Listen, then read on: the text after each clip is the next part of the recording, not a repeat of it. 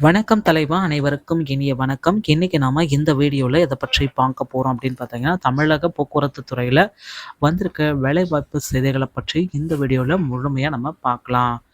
ஒப்பந்த அடிப்படையில் ஆட்கள் தேர்வு அரசு பஸ் தொழிலாளர்களுடைய மாநாட்டுல எதிர்ப்புகள் தெரிவிச்சிருக்காங்க. இதை பற்றியும் போக்குவரத்து கழகத்துல எப்பொழுது 2024க்கு உண்டான காலி பணியிடங்களை நிரப்புவாங்க? இதை பற்றியும் இந்த வீடியோல நாம இப்ப பார்க்க இருக்கோம்.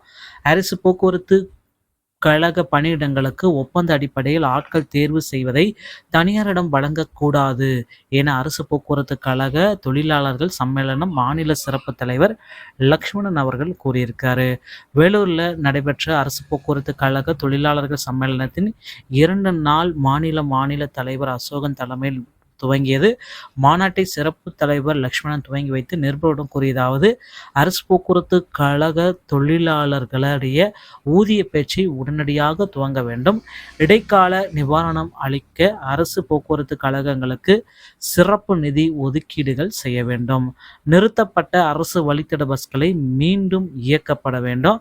ஓய்வு பெற்ற போக்குவரத்து கழக பணியாளர்களுக்கான பணப்பயனை உடனடியாக வழங்க வேண்டும்.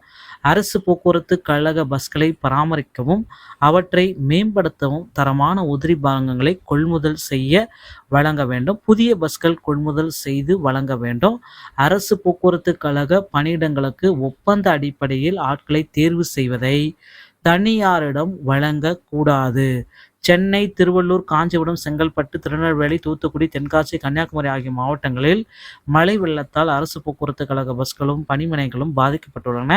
எனவே பேரிடர் நிதியிலிருந்து 500 கோடி ரூபாய் வழங்க வேண்டும் என்று இது குறித்து இந்த இதில் சொல்லியிருக்காங்க. விரைவில் போக்குவரத்து கழகத்தை மேம்படுத்துவாங்க அப்படின்றத நம்ம எதிர்பார்க்கலாம்.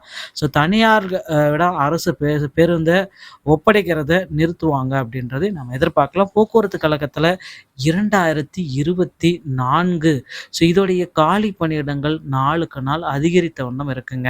போக்குவரத்து கழகத்தில் டிரைவர், கண்டக்டர், ஏஇஜே, டெக்னிக்கல் அசிஸ்டன்டோடைய அப்பாயின்மெண்ட் லெட்டர் எல்லாமே விரைவில் வெளியிட போகிறாங்க. நிறைய பேர்த்துக்கு அழைப்பு கடிதங்கள் எல்லாமே போயிட்டுருக்கு.